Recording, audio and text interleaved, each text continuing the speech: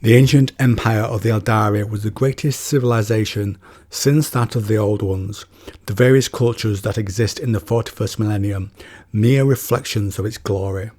At their peak, nothing was beyond the Eldari's reach, and nothing was forbidden. Such was the technological mastery of the Eldari that worlds were created specifically for their pleasure, and stars lived or died at their whim. So in this video we look at some of their advanced weapons pre-fall, also the technology used. So welcome friends to another 40k video. The first are the Stolen Suns. Within the webway, the Dark Eldar indulge themselves, and there are many sub-realms, many of which are powered by the energy of the Stolen Suns. The solar systems plunged into darkness by the Eldar's star theft wither and die in the freezing cold of the void. But the Eldar care not. These black suns are dying stars ablaze with poisoned light that were harnessed at the height of the Eldar Empire. As well as light, they provide energy to the city of Kamora of the Dark Eldar. Their twilight hues glint from the hulls of grav vehicles that swarm from spire to tower, from arena to battleground. A cabal in the Dark Eldar city has made wild claims that they retain the ability to extinguish stars, though their rivals have never quite managed to explain the deterioration of the Sun Echelos during the Eleuthan persecution. The truth is that the Cabal of the Dying Sun possess ancient fragments of forbidden arcana, heirlooms from the days of the Eldari Empire of old. And next up is the Fireheart. On the surface, this is a weapon from the armoury of Vect that can incinerate a planet. It was a monolithic device, tall as a revenant. Gems stood at its side at regular intervals, and one of great size was mounted on its summit. The Fireheart, a device of the Eldar days, when our kind strode the great wheel as masters over all. It is a relic, powerful, used by the planet shapers of distant arcs in the sculpting of star systems.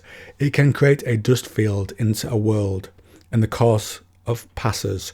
All the resonance it can create in an existing planet's core will tear it apart in mere tenths of a cycle. I believe many were used in war. It's psychically activated, and once activated, the Fireheart's psychic pulse resonated all the way down to a planet's core, inflaming it to such an extent that magma boiled to the surface across the entire planet. And this would leave behind a burning world akin to a miniature sun, a lambent fire fanned briefly into a raging inferno before being extinguished forever. For the activation, it can't just be any low-level psyker, but a powerful conclave of seers. In the build to the next section, I will tell you that I love fantasy swords, from lightsabers to the black sword of Elric of Melniboné, so I could not pass up the chance to talk about the Eldari Death Sword. This is from a book called Farseer by William King, and during the making of the video I learned that this book has been decanonized by GW and published under a heretic label for such books. So the Death Sword was a very long, narrow blade, seemingly shaped from some form of crystal, etched with complex runes with 3 glowing gems set down its length. Another was set in the hilt. We are told it is the Death Sword, an echo of Cain's mighty blade, set in crystal, made to be the bane of demons. It failed in its original purpose, but I hope it will serve ours, so let's examine the sword in action. The other demonette made a grab for him, but Auric placed the blow with the Death Sword. Then the flares of chain lightning danced along the blade increased, and she let out an unearthly scream that froze everything within hearing. It was worse than the wail of a soul in torment. It was the death cry of a being that had lived since the dawn of time, and who knew the moment of its end had now come. It was a call of someone who was dying in the utmost pain and terror. Everyone, chaos worshipper and human mercenary alike, halted when they heard that terrible cry, even as Janus watched the demonette's claw turned red and cracked, revealing the pale but swiftly putrefying flesh within. The darkness passed on up her arm, which became black, puffy and swollen with a burst and a shower of horrid, sweet-smelling pus. It was made before the fall by Eldar, who felt what was going to happen, and the priests within the depths of the temple tried to forge a weapon against what was to come. Using engines of awesome power, they forged a sword that was not a sword, but a captured echo of the death force of the universe, bound into the shape of a blade. Then they waited for the doom to come upon them. As the sword ritual took place, something was born. Slanesh, something dark and evil and terrible. From the vortices, shafts of light lanced out, striking at every Eldar, extending tentacles into every soul, reaching out to grasp every being on the surface of the planet.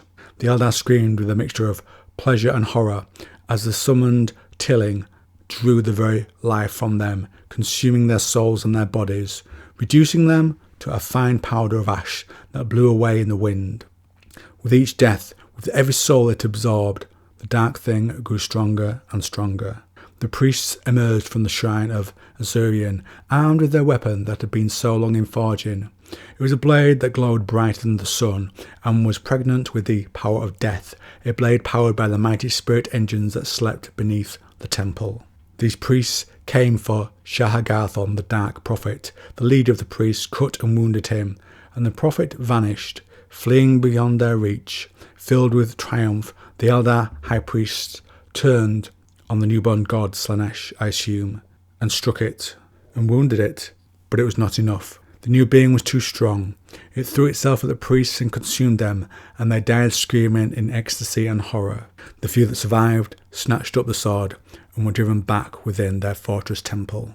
And next up we have the reality engine. I'll just go into the quote here so you know what I'm talking about. I reach out through the device and I touch infinity. I feel the pulse of creation around me. I sense the flow of cosmic energy. Beyond that, I sense something else, the infinite power of chaos in that universe that runs in parallel with our own. I feel my mind start to buckle under the pressure of the inputs. Another fool trying to draw on the power of the warp for their technology. This is not how the machine was supposed to work, or was it? It was intended to make thoughts and dreams real. How does it do that? I begin to concentrate, to fight back against the waves of pleasure and pain that pulse through my brain. I begin to imagine the shape of reality changing around me, responding to my will. I begin to understand what I have found. This whole sub-universe is malleable. All of the matter here can be and has been changed. I visualize the streets of Camorra and they coalesce around me. I picture Celeria dancing and she does. This is a ghostly, ghastly quality to these images of the not quite real, of illusion.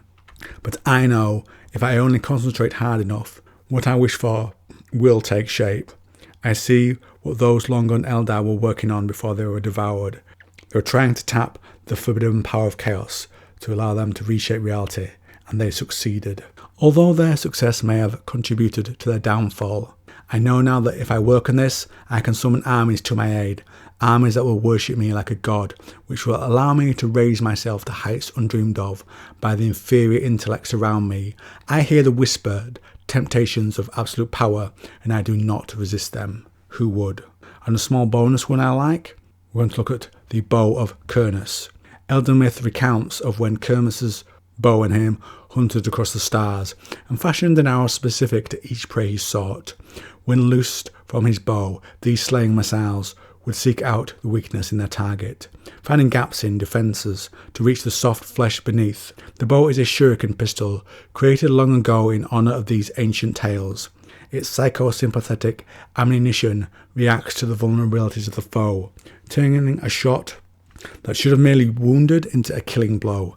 And on that note, I wrap up today's video. Did you have a favourite bit of technology or weapon? Is there any prefall tech you feel should have been included in the video? Well, here's your chance to let me know. Comment down below.